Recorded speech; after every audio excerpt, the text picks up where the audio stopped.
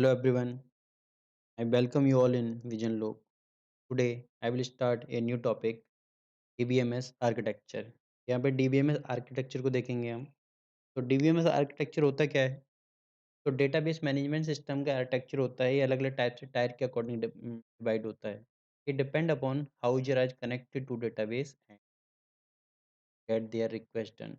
तो डेटाबेस के अंदर हमने जो भी रिक्वेस्ट दी, जो भी यूज़र की डिमांड है, जो भी यूज़र को डेटा की रिक्वायरमेंट होगी, जो यूज़र क्वेरी करेगा, तो उस क्वेरी को हमारे यूज़र जो हमारी क्वेरी करेगा, वो कहाँ पर जाएगी? डेटाबेस के अंदर। तो यही हमारा इस चीज़ पे डिपेंड करता है कि ये क्वेरी कैसे हमारी कंप्लीट हुई, कैसे इन दोनों को कनेक्ट करेगा। तो यूज़र जो हमारा क्लाइंट है, क्लाइंट और डेटाबेस सर्वर को कनेक्ट करने के लिए हम यूज़ करते हैं डेटाबेस आर्किटेक्चर का। तो अलग-अलग टाइप्स के आर्किटेक्चर होते हैं, यहाँ पर हम देखेंगे। तो it help to design, develop, implement, maintain the database management system. तो ये अलाउ करता है dividing the database into individual component.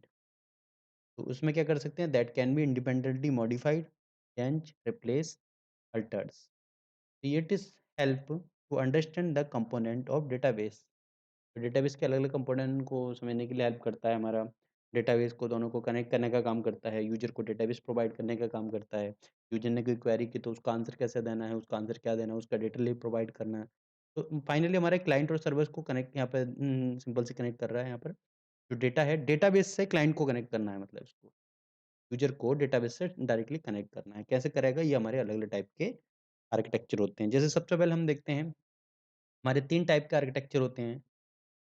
सबसे पहला आता है हमारा 1 टियर आर्किटेक्चर, सेकंड आता है 2 टियर आर्किटेक्चर, थर्ड आता है 3 टियर। हम सबसे पहले स्टार्ट करते हैं 1 टियर आर्किटेक्चर। ये बहुत सिम्पलेस्ट फॉर्म में आर्किटेक्चर हमारा यूज़ होता है। ये हमारे सिम्पलेस्ट फॉर्म है। यहाँ पर क्या होता है? Directly available to user in 1 tier. तो जो होगा हमारा डायरेक्टली इनके बीच में कनेक्ट होगा। मतलब क्या है कि हमारा जो ये क्लाइंट है, क्लाइंट भी एक ही सिस्टम में हम बात कर सकते हैं। जो हमारा डेटाबेस का सर्वर है, वो भी वही है। है। तो ये सब क्या होंगे? एक ही मशीन में एक ही जगह हमारे ये दिखाई देते हैं। जैसे client, server, database all reside the same machine. तो इसमें जो भी हमारा चेंज होता है, जैसे हम क्या है अपने कंप्यूटर के अंदर लॉगिन करते हैं। तो जैसे हमें कुछ भी अपने कंप्यूटर के अंदर कुछ भी काम करना होता है, तो हमें दिखाई देता है। तो यहाँ पर क्या हो रहा है? तो जो हमारा सर्वर है और क्लाइंट है, उनको कनेक्ट करना है। सर्वर मीन्स जो मतलब क्लाइंट क्लाइंट ने जो इन्फॉर्मेशन रिक्वायर्ड क्वेरी की, और सर्वर मीन्स जिसने सर्व किया यूज़र को। Serve to user that is a server. तो यहाँ पर जो टायर बताया है, टायर क्या होता है? टायर लेयर टाइप के होंगे, तो यहाँ पर सिंगल लेयर है। तो यहाँ पर जो लेयर होगी वो सिंगल लेयर है। जैसे हम कंप्यूटर में अपने देखते हैं कि हमने कोई एप्लीकेशन वगैरह ऑन की। अब देखो तो उसका जो स्टोरेज है, वो भी हमारे कंप्यूटर में, सॉफ्टवेयर भी हमारे कंप्यूटर में, एप्लीकेशन भी हमारे कंप्यूटर में ऑन हो रहा है, क्लाइंट भी हमारे कंप्यूटर। तो सब कुछ क्या है? एक ही जगह हमारा क्या होता है? सब कुछ एक ही जगह हमारा वर्क करता है। इसी वजह से इसको बोलते हैं वन टायर या one level architecture. Any change can directly be depend upon data itself. It did not provide a handly tool। अगले से कुछ प्रोवाइड नहीं करता है ये। A one tier architecture is used for development of the local application where programmers can directly communicate with database for quick response। तो ये हमारा है वन टियर आर्किटेक्चर। जैसे हम अपने पीसी वगैरह में कोई सॉफ्टवेयर चलाते हैं, गेम वगैरह खेलते हैं, तो सब कुछ एक ही जगह हमारा इंस्टॉल होता है, सब कुछ एक ही जगह हमारा अवेलेबल होता है। That is a one tier architecture. हम सेकंड हमारा ऑप्शन सेकंड आता है हमारा 2 टियर आर्किटेक्चर। अब 2 टियर का आर्किटेक्चर को बोला जाता है client server architecture. Client server architecture ये हमारा होता है।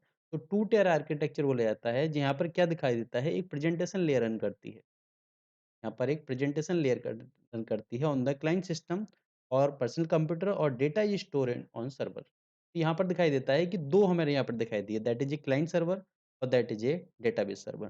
तो क्लाइंट बेस आर्किटेक्चर इसी वजह से इसको बोला गया है, क्योंकि ये क्लाइंट है और ये हमारे डेटाबेस का सर्वर है। तो इन दोनों को कनेक्ट करने के लिए इसने कोई क्वेरी की जो जो भी ये क्वेरी करेगा, तो इसका जो डेटा होगा वो यहाँ पर प्रोसेस होगा, और इस डेटा को प्रोसेस करने के बेस पर ही हम इसको 2 लेयर सिस्टम बोला है।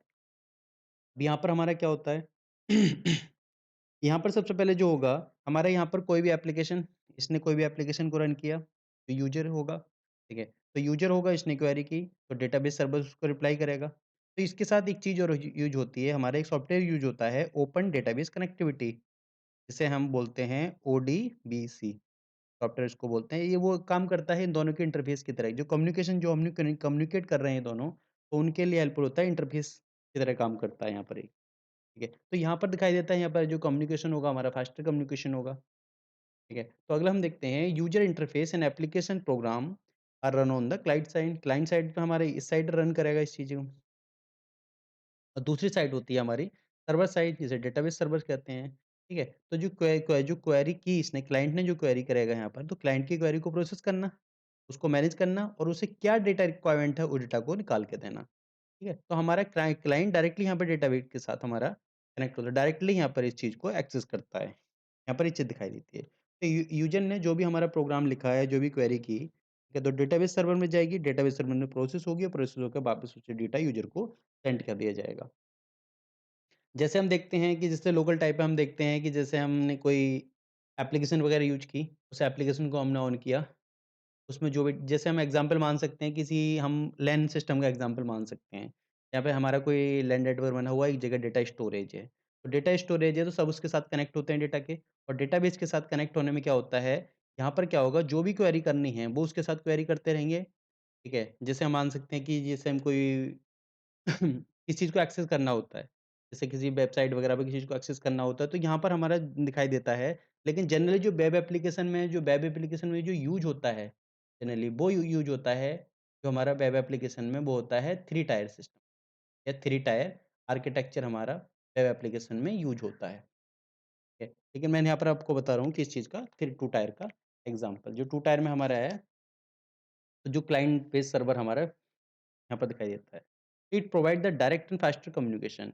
डायरेक्ट कम्युनिकेशन हमारा दोनों के बीच में, कोई हमारी लेयर नहीं है, जो क्लाइंट लेयर और डायरेक्टली कनेक्ट होती हैं, ठीक है? तो फ कम्युनिकेशन भी इस वजह से फास्टर हो गया, बट लोड बहुत ज़्यादा हैवी हो जाता है क्योंकि एक क्लाइंट यहाँ पर यूज़ कर रहा है, उसने क्वेरी की, दूसरा क्लाइंट ने यहाँ पर क्वेरी की, तीसरे क्लाइंट ने, चौथे क्लाइंट ने।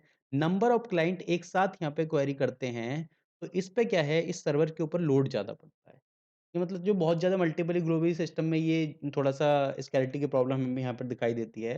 उस चीज़ में ये वर्क थोड़ा-सा यहाँ पे हमें प्रॉब्लम उस चीज़ को फेस करनी पड़ेगी। तो ये होता है हमारा 2 टायर आर्किटेक्चर, ठीक है? जो हमारा था क्लाइंट बेस्ड आर्किटेक्चर। जैसे आप अपनी लाइब्रेरी में जाते हैं या किसी स्टोरेज वगैरह जो स्टोर वगैरह होते हैं, उन पे हम देखते हैं, तो उनमें क्या होता है, एक सर्वर में डेटा स्टोर होता है। और सर्वर में डेटा स्टोर होगा तो क्लाइंट उसमें क्वेरी करता है और क्वेरी जो भी होगा डेटाबेस के अकॉर्ड डेटाबेस में प्रोसेस होता है, डेटाबेस सर्विस को उसका उसे आंसर मिल जाता है। That is A 2 tier architecture. जैसे लाइब्रेरी में हमने बुक लेने गए, तो हमारे पास जो कौन सी बुक ली, कौन सी बुक नहीं ली, ये सारी डिटेल जो है एक सर्वर में इंस्टॉल होती है। और सर्वर से क्लाइंट कनेक्ट होता है, जो लाइब्रेरी वाला जो कंप्यूटर है वो हमारा कनेक्ट होता है, तो उसके थ्रू डेटा एक्सेस करके हमको देता है और उस चीज़ को अपडेट करता रहता है रिसेंट।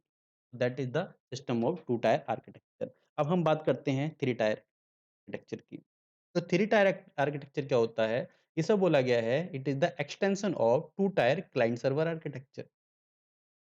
तो क्लाइंट सर्वर आर्किटेक्चर में जो प्रॉब्लम थी, क्या प्रॉब्लम थी?